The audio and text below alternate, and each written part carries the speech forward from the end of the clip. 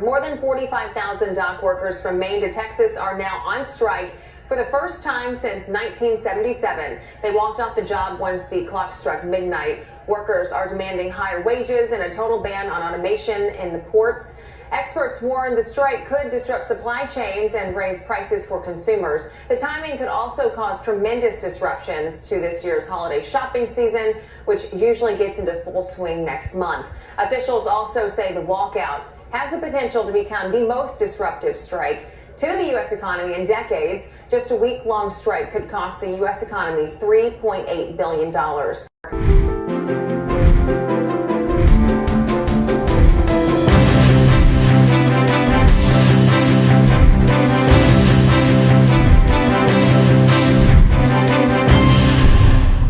I told you guys that things would get crazy just before the United States election, and yet here we are. There is a massive strike happening right now, right before our very eyes, and it could cause some pretty massive delays. And I'm going to get into what delays it could potentially cost as well. But Joe Biden, by the way, has been told to stay the F out of the whole thing. I've got a lot to share with you. Let's start first with this article on zerohedge.com. It really gets into the nitty-gritty of what's going on. But here it is. And this is titled, "It Begins. U.S. Port Strikes Erupt. First shutdown in 50 years sparks fears of a supply chain crisis." More than 45,000 International Longshoremen Association, or ILA, members from over 36 facilities across 14 Gulf and East Coast ports went on strike early on Tuesday, marking the largest labor action at U.S. ports in nearly 50 years. The labor action, driven by disputes over automations and wages in a new multi-year labor contract, threatens to disrupt supply chains nationwide. If the strike persists for more than a week, retailers could face shortages of certain goods, potentially sparking another wave of inflation. Now, here's the actual kind of the port strike from the longshoresmen here that you can kind of see. You can see all the little orange dots there kind of lined up. And these are all the different ports that they're striking at. Anywhere from like 200-ish people or 1,000 plus people that are striking at all the various ports. So it kind of gives you an idea of how massive this particular strike is. But the article goes on to detail a little bit more about the strike. It says, the ILA strike hit 36 ports across the Gulf and up and down the East Coast. This is the union's first labor action since 1977. Workers walked off the job at the Port of Philadelphia a few short minutes after midnight when ILA and the U.S. Maritime Alliance, a coalition of port operators and carriers, failed to agree on a new labor contract offer that would have boosted wages by 50% over 6 years and pledged to place limitations on port automation. The union has demanded a 77% bump in pay, or pay bump. Now, I want to show you this next video here, because this is Harold Daggett. He's the chief negotiator for the International Longshoresmen Association. And he talks about in this video, first, I'm going to kind of summarize the first part of it, and then I'm going to play the second half. He first says, look, we made a lot of money during COVID and we worked when nobody else did, and we're out there busting our butts. And, you know, the owners basically went from millionaires to billionaires. They're making bukus of money.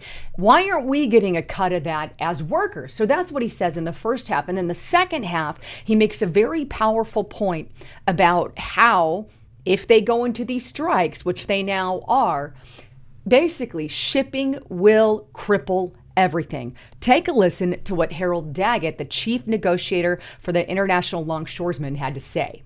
These people today don't know what a strike is. Right. When my men hit the streets, from Maine to Texas, every single port will lock down. You know what's going to happen? I'll tell you. First week, be all over the news every night, boom, boom. Second week, guys who sell cars can't sell cars because the cars ain't coming in off the ships. They get laid off. Third week, malls start closing down. They can't get the goods from China. They can't sell clothes. They can't do this. Everything in the United States comes on a ship. They go out of business. Construction workers get laid off because the materials aren't coming in. The steel's not coming in. The lumber's not coming in. They lose their job. Everybody's hating the longshoremen now because now they realize how important our jobs are. Now I have the president screaming at me, I'm putting a TaftHarley on you. Go ahead. TaftHarley means I have to go back to work for 90 days. That's a cooling off period. Do you think when I go back for 90 days, those men are going to go to work on that pier? It's going to cost the companies money to pay their salaries. Well, they went from 30 moves an hour maybe to 8. They're going to be like this. Who's going to win here in the long run? You're better off sitting down and let's get a contract and let's move on with this world. And in today's world, I'll cripple you. I will cripple you, and you have no idea what that means. Nobody does. Pretty intense, if accurate, right? You know, he talked about the TaftHarley there. The government can invoke the 1947 TaftHarley, and that basically allows the president to ask a court to order, say, a 90-day or an 80-day cooling off period when public safety or health is involved. So that's what he's referencing there. However, Joe Biden has said that he doesn't plan to invoke that. And I believe that the reason he doesn't plan to invoke it is very clearly this. The Teamsters have came out and said, Biden, stay the F out of it. In fact, let me show you a letter that they published for immediate release. This is by the Teamsters Union there, their news release. The Teamsters stand with the International Longshoremen's Association. So they're standing with them. And they say at the very bottom of this, and I'm going to go to that third paragraph there, the U.S. government should stay the F out of this fight and allow union workers to withhold their labor for the wages and benefits they have earned. Any workers on the road, in the ports, in the air should be able to fight for a better life free of government interference. Corporations for too long have been able to rely on political puppets to help them stir working people of their inheritance leverage. So there you go. They have very clearly told the Biden administration, stay the F out of it. And what's happening right now, at least for now, Joe Biden is staying the F out of it. So there's a lot going on to this situation. But to give you a little bit more about kind of what's going on in the inside, I'm going to go back to the Zero Hedge article, and it states on Tuesday, right? The IL said USMX's latest offer was rejected because it fell far short of what the ILA rank and file members are demanding in wages and protections against automation. Both sides have been locked in talks since June.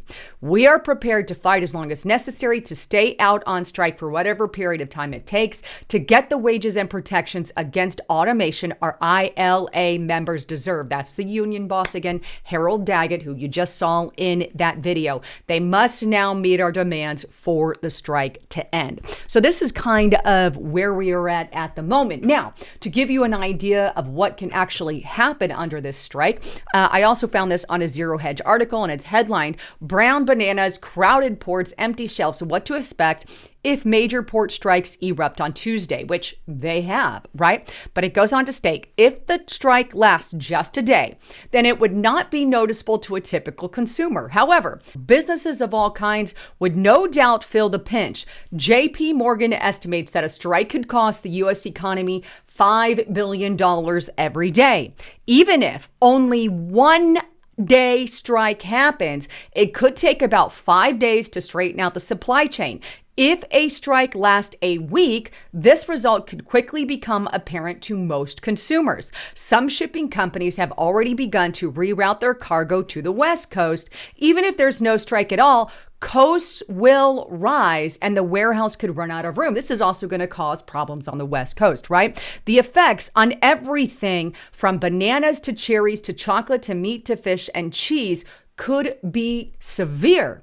And the shipping disruptions could also hamper trade in some prescription drugs if the strike lasts at least a week. If the strike were to last a month or more, supplies needed by factories could be in short supply. Numerous consumer products would not be delivered. Workers could be laid off, U.S. exports, including agricultural ones, might get stuck rather than shipped to their destinations.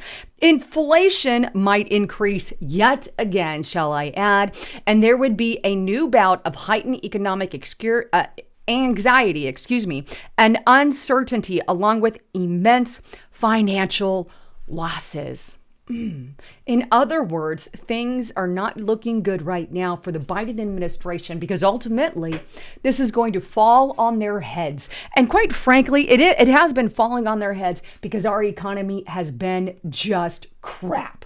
I think there's a lot of things that should be negotiated in this deal. Kind of my 2 cents on that. But either way, heads up, watch out. This is happening now. I'll keep you up to date as that goes on.